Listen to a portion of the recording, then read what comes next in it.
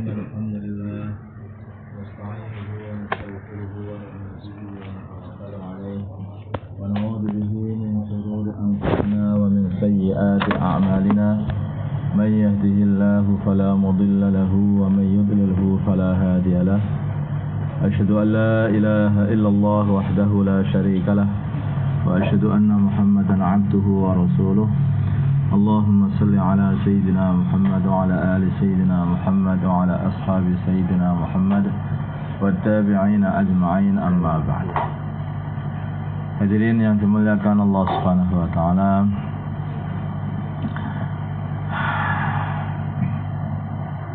Allah Subhanahu wa taala berfirman bahwa wa in ta'ifatani minal mu'minina iqtatalu fa aslihu bainahuma fa in baghat ihdahuma 'ala al-ukhra faqatilul lati tabghi hatta tafi'a ila amrillah fa in fa'at fa aslihu bainahuma bil 'adli wa aqsitu innallaha yuhibbul muqsitin. Bila mana ada dua golongan orang Islam sama berantem, maka hendaknya kamu islahkan mereka sehingga saling cinta mencintai kembali kepada syariat Islam kembali. Bila mana salah satu dari mereka masih belum mau untuk islah, masih pengen berantem saja, maka hendaknya kamu usaha nih. Ini saya buat arti yang agak luas saja. Apa disempitkan? Nah, maka perangilah yang tidak perangilah yang tidak mau islah ini sampai mau islah. Bila mana mereka ini, jadi kalau perangnya orang dakwah itu kan ya dengan propaganda atau nasihat-nasihat. Bila mana mereka fa'in fa'at fa'aslihu bainahum. Kalau mereka sudah siap untuk kembali kepada tata cara bermuasyarah Islami, yaitu kembali kepada Allah dan utusannya Allah, maka islahkanlah mereka itu dengan adil, dengan baik. Jadi islahu dzil bain ini adalah perintah dari Allah Subhanahu wa taala. Maka sekarang ini tidak asing lagi lah, sudah terus terang saja itu bahwa kondisi markas Temboro, bukan markasnya sebetulnya, beberapa orang saja ada yang di markas Temboro ini tidak mau, yaitu islah jimaiyat dan hanya berantem saja. Kemudian terpanggil dari qaulnya Allah Subhanahu wa taala inilah. Saya datang ke sini juga awal pertama kali sebelum datangi orang Temboro, malah yang tak datangi orang Jakarta dulu. Saya banyak mudzakarah sama orang Jakarta, berbincang. Kemudian mereka sudah alhamdulillah, para teman-teman di Jakarta ini sudah Masya Allah paham kondisinya.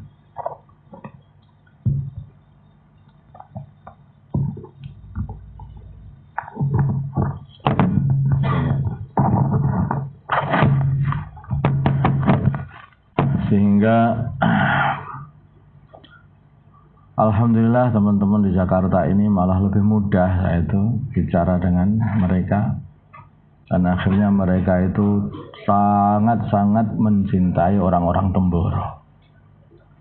Saya lihat, walaupun orang-orang Temboro itu, markas Temboro ini belum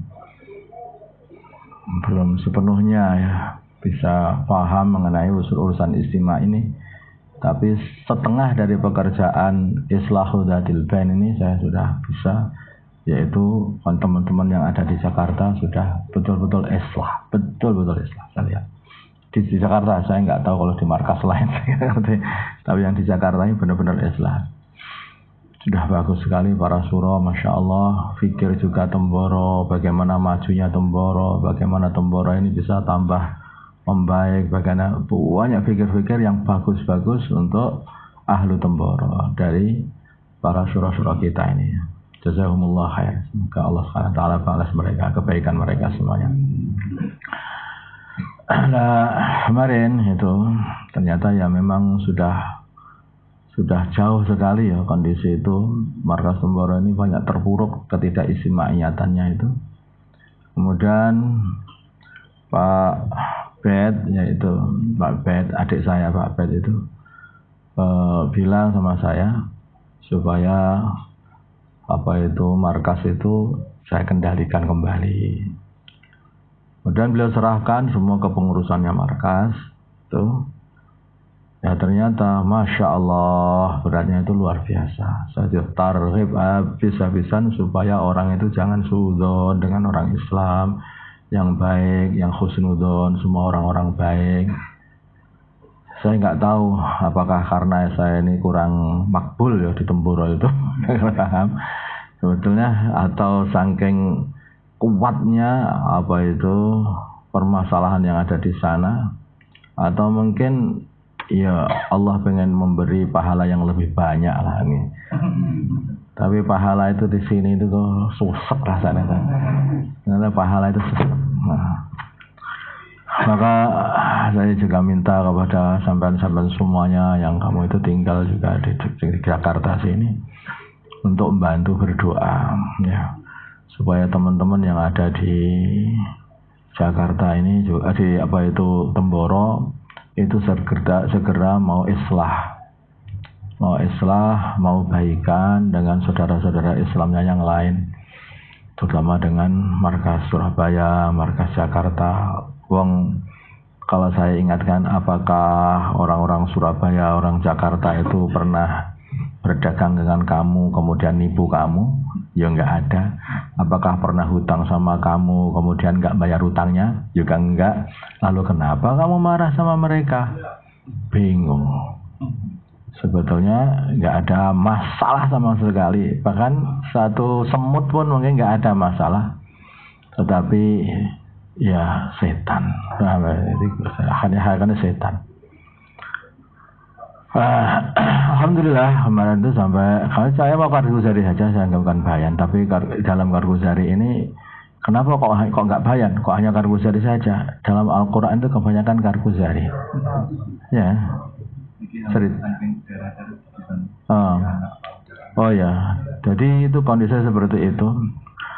Kemudian kami itu hubungan dengan saya sendiri, sebetulnya itu yang ngawal ini. Tapi ini kalau berantem, saya maju dulu, ya. Sampai dikek mau naik kalah aku genten kulo. Lah aku kadang mati mau mundur ya. Alhamdulillah. Ditanya loh, janji loh.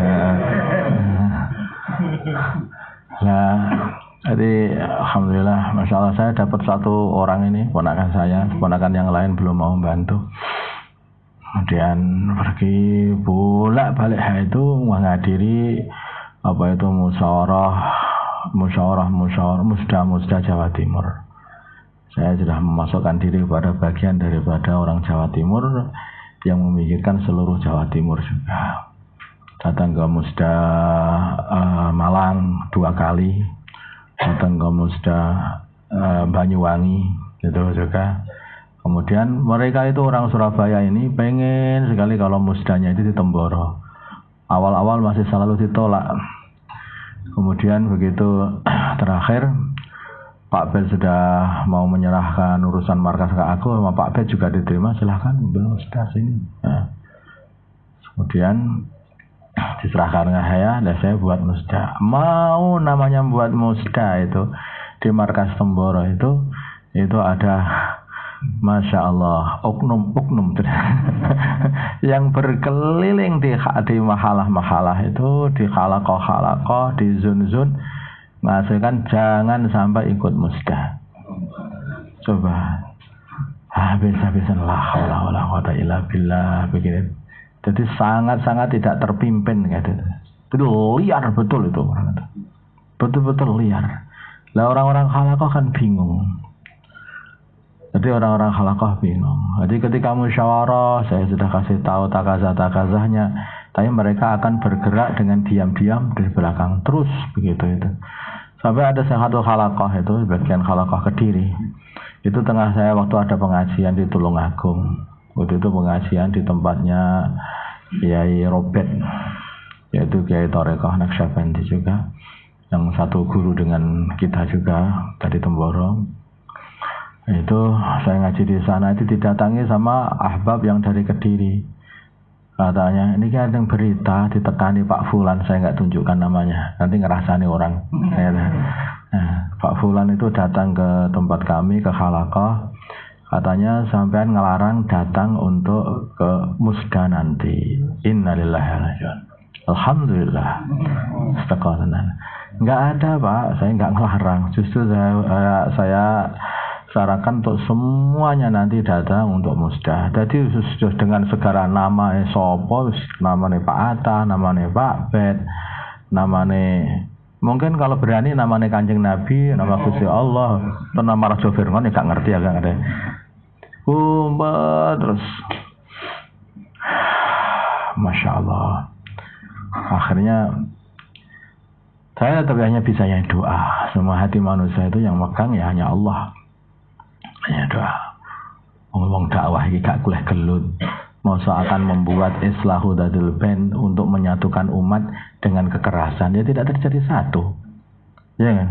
Makanya harus dengan mahabbah. Ternyata setelah seperti itu, awalnya orang yang bantu saya malah Pak Ben. Akhirnya Pak Ben itu membantu saya itu untuk ngasih khidmat orang-orang yang mau musda. Terus beliau itu kan terus pergi ke siapa itu umroh, itu ditinggal itu. Jadi kayak seperti itu. Akhirnya bahasa wes geger tenanan. Akhirnya sing bantu yang dulurku dhewe di mana. Ya ada yang bantu. Setelah maka alhamdulillah ya sing sebagian orang-orang ini bisa saya bawa ke sini. Walaupun hati mungkin masih belum mantap, tetapi sudah alhamdulillah sudah bisa dibawa ke sini. Nanti lama-kelamaan butuh waktu kayaknya. Nih, saya minta doa betul ini jangan mujahadah habis-habisan, betul-betul mujahadah.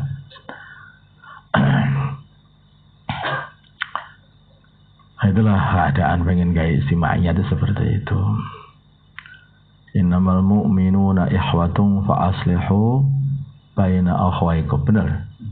Iya. Bainahuma baina akhwaikum. Baina akhwaikum, betul tadi.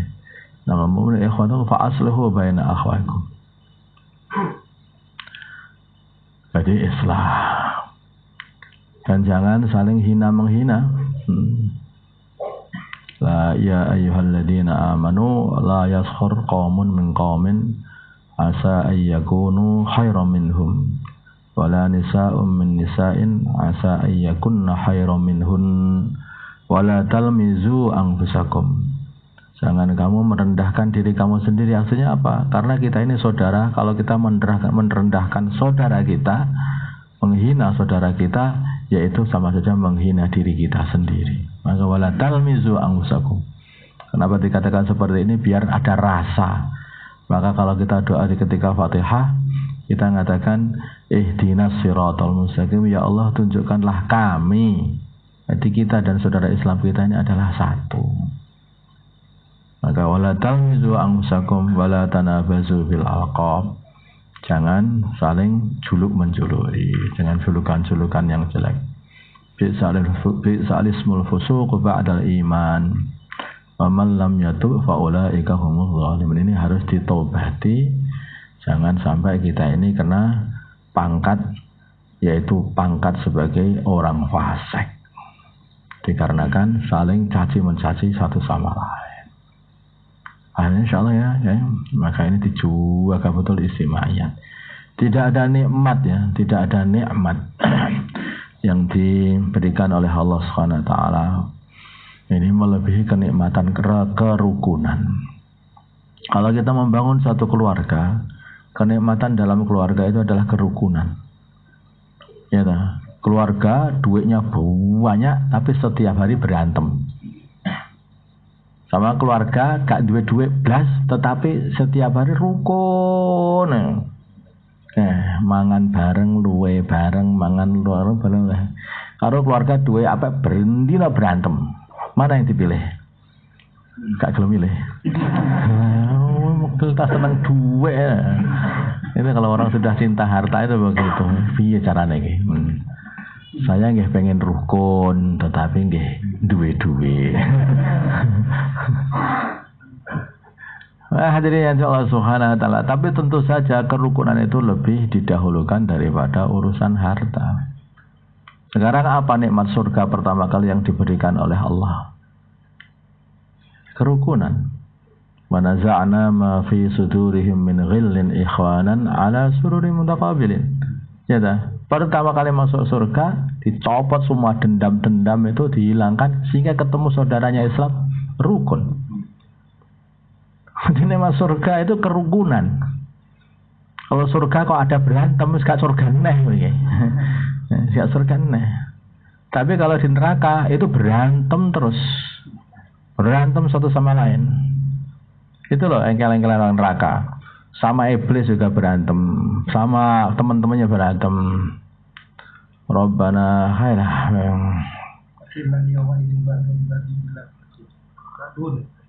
Ya itu juga yang di waktu masuk neraka itu loh. Atihim di'fam minal adzabi kala.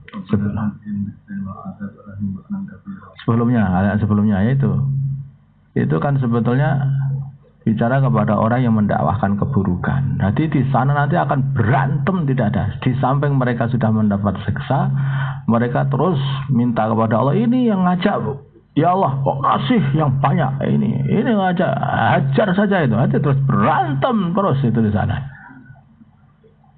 Di neraka, di surga, wa naza'na ma fi sudurihim min ghillin. Dihilangkan semuanya ghil-ghil. Lah ahli surga yang ada di dunia ini doanya adalah Rabbana ighfir lana wa li ikhwanina alladziina sabaquna bil iman wa la taj'al fi qulubina ghillan lil ladziina amanu. Masih di dunia sudah tidak ada ghil lagi, tidak ada dendam lagi, sakit hati lagi kepada saudara-saudara Islamnya. Di dunia itu namanya itu ahli surga tapi masih di dunia. Tidak ada ya. Maka ada sahabat Ansor itu yang dikatakan oleh Nabi ahli surga orang ini. Besoknya lagi dikatakan ini oleh surga. Akhirnya Abdullah ibnu Umar mau nyelidiki amalannya apa tuh ini orang ini, sehingga dikatakan Nabi sebagai ahli surga ini. Ketika diselidiki ternyata amalannya sebelum tidur adalah doa. Ya Allah, semua mazlimah ini adalah perbuatan dolim kepadanya.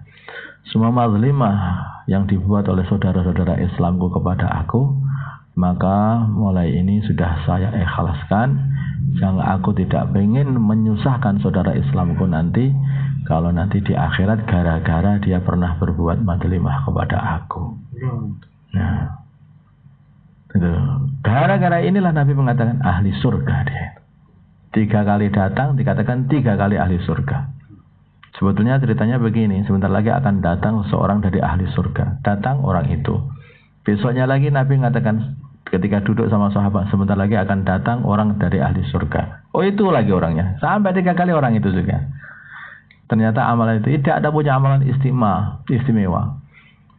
Malam juga enggak nampak, kok tahajud habis-habisan juga enggak, ya biasa-biasa aja seperti amalan biasa lah. Tetapi amalan luar biasanya adalah yaitu itu.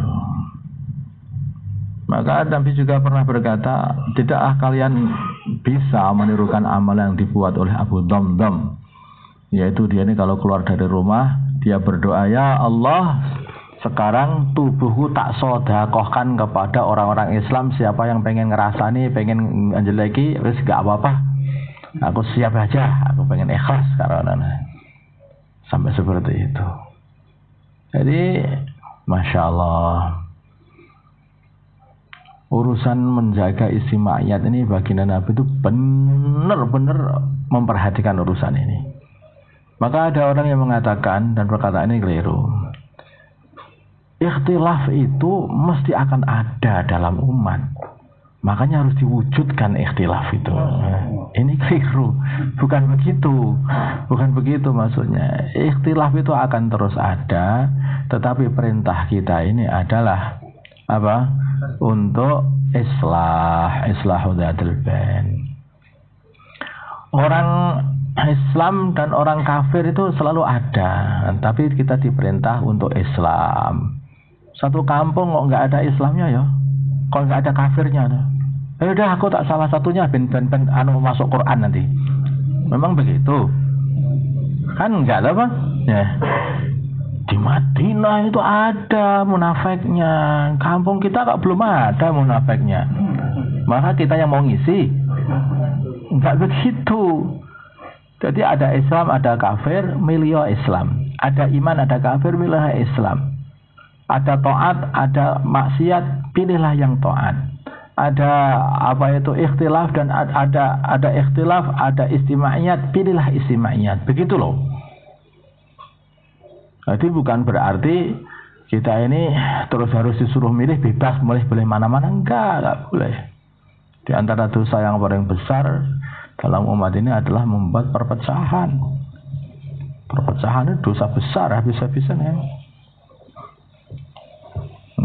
Makanya itu harus betul-betul. Maka Sayyidina Ali, kenapa Sayyidina Ali itu beliau mengatakan, ya, aku ini kenapa harus memerangi Muawiyah? Golongan sana itu saudara saya sendiri. Aku ini adalah mengikuti perintahnya Al-Quran. Fa in baghat ihdahuma faqatilul lati tabghi hatta tafi'a ila amrillah. Ketika salah satu dari mereka itu berontak, atau baghi itu kan memberontak sebetulnya. Berontak, tidak mau taat kepada perintahnya Allah, tidak mau biat. Faqatilul lati tabghi, maka perangilah orang yang berontak itu sehingga kembali kepada agama Allah, kembali kepada Allah. Jadi gak salah pada waktu itu, paham? Bukan salahnya, itu sudah benar yang dibuat itu. Dan yang dibuat itu sudah benar. Maka para ulama mengatakan kalau urusan Sayyidina Ali dengan Sayyidina Muawiyah, ya yang benar itu Sayyidina Ali. Tetapi kondisi wujudnya Sayyidina Muawiyah itu ya bagian daripada takdirnya Allah, dah diwujudkan fitnah. Maka kebanyakan seluruh para sahabat ya ikut Sayyidina Ali pada waktu itu. Jadi itu tidak bisa jadi alasan, sahabat saja itu perang, maka kita harus perang. Enggak begitu. Enggak begitu, enggak boleh seperti itu. Perang itu buruk dengan sesama orang Islam. Maka yang boleh adalah islah. Bahkan yang dibuat oleh Sayyidina Ali pun itu alasan Sayyidina Ali mengatakan ini untuk islah. Ini untuk merukunkan. Itu untuk merukunkan. Itu kata Sayyidina Ali. Maka difahami lah ternyata kerukunnya umat itu bisa terjadi.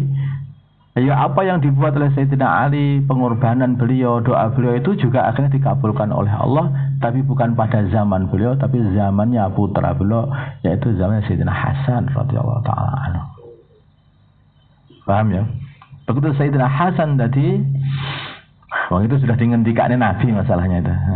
Sayyidina Hasan jadi khalifah, maka Sayyidina Hasan langsung beritahu Sayyidina Muawiyah, sudah umat ini harus disatukan, tidak boleh ada ikhtilaf lagi. Kamu saja khalifahnya, setelah kamu nanti terus aku. Karena sampean lebih tua daripada aku. Dan Sayyidina Muawiyah. Gimana? Siap? Siap. Nah, wes selesai, umat bersatu pada waktu itu. Hanya saja sebelum wafatnya Sayyidina Muawiyah, ternyata Sayyidina Hasan itu mati muda. Wafat juga. Ini kejadian seperti itu. Paham ya? Jadi setelah itulah umat itu bersatu terus, tidak ada kesatuan. Tidak ada perpecahan. Sampai beratus-ratus tahun, mungkin ribuan tahun malah ada. Itu umat jadi satu. Yaitu sampai habis zaman Turki Utsmani itu. Sekarang berantem lagi. Cuma sedikit-dikit itu sekarang memang tidak ada kumpulan negeri Islam, nggak ada. Tapi yang ada adalah Harokah Islamiyah. Paham ya? Harokah Islamiyah yaitu Harokah itu Jama'atut Tabligh, dakwah tabligh ini. Nah, Harokah ini mempunyai satu program atau tujuan, garis-garis pembelajarannya itu yaitu untuk menyatukan seluruh umat.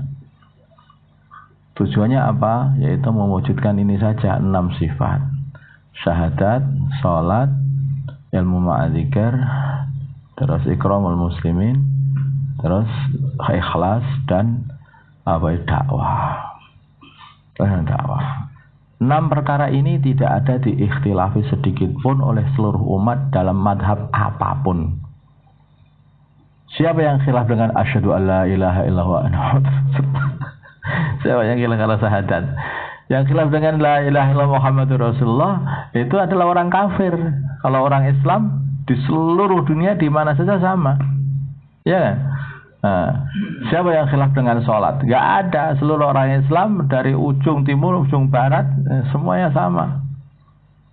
Ya, nah. Siapa yang khilaf dengan ikramul ilmu ma'adzikir? Gak ada. Semua orang Islam senang zikir, senang ilmu. Karena dengan ilmu lah itu bisa mendekat kepada Allah. Siapa yang khilaf dengan ikhlas? Gak ada. Siapa yang khilaf dengan dakwah? Gak ada. Gak ada orang itu yang dakwah ini gak oleh, gak enak dakwah gak oleh.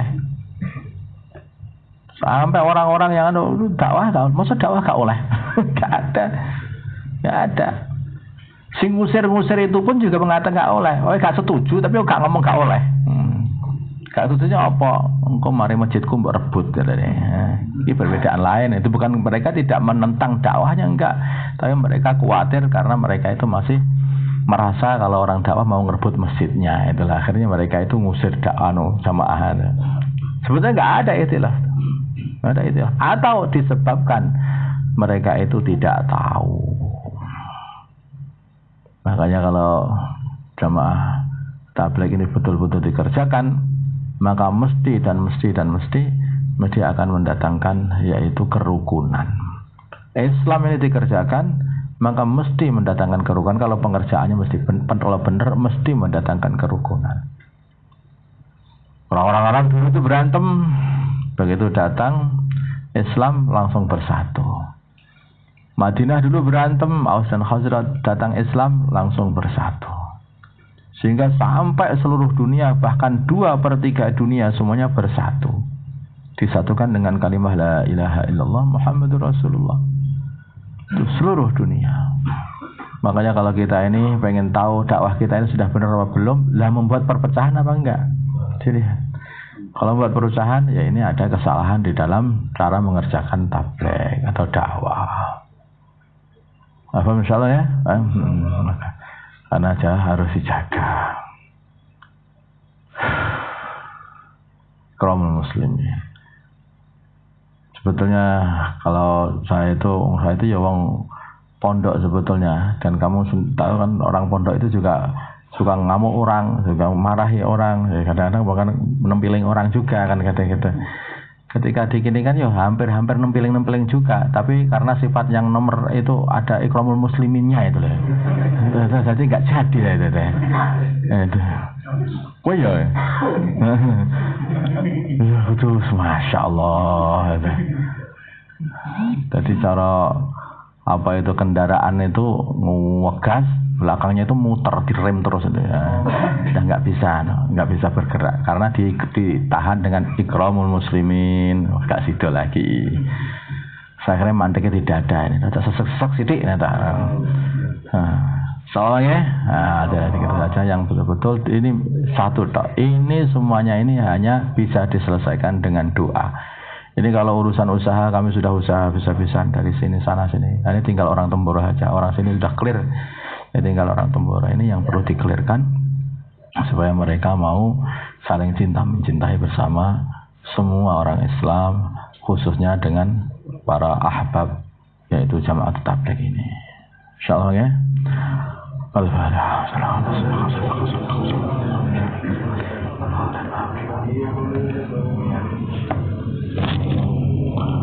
Allahumma shalli ala sayyidina Muhammad.